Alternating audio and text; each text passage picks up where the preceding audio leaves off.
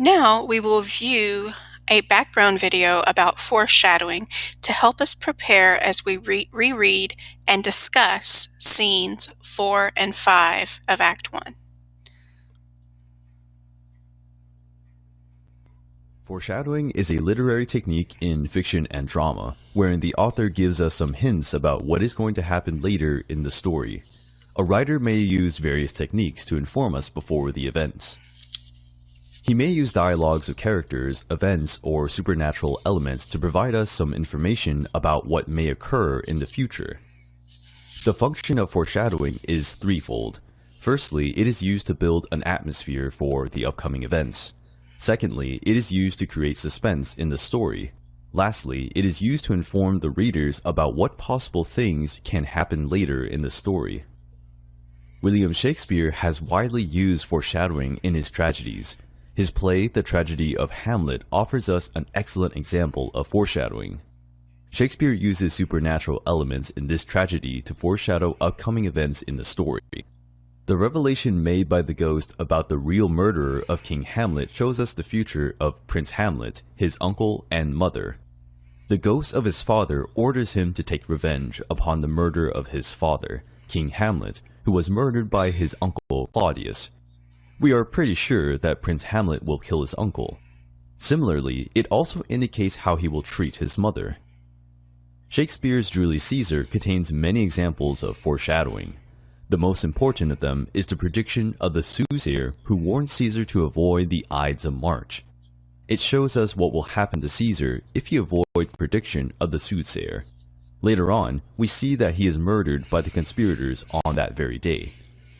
Similarly, Calpurnia's dreams suggest that Caesar will be killed by the conspirators. Calpurnia tries hard to prevent him from going to the capital, but Caesar is so arrogant that he ignores her warnings and proceeds to the capital. John Steinbeck's novella, The Pearl, contains many examples of foreshadowing.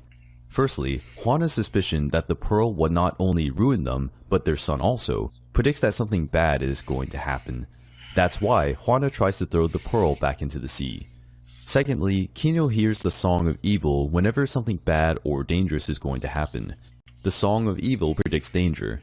Kino hears the Song of Evil when his son, Coyotito, is stung by a scorpion. Thanks for watching and see you in the next video.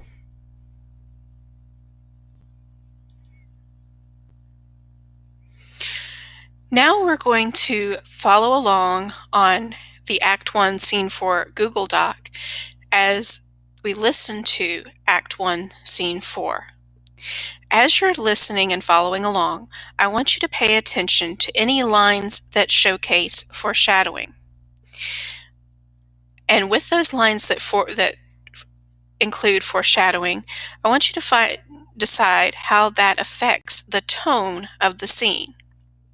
The main characters in this scene are Romeo, Benvolio, and Mercutio.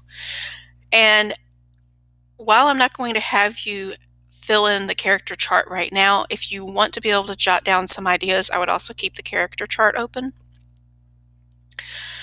And after we read over the passage as it's being played out, you're going to answer some questions relating to the foreshadowing.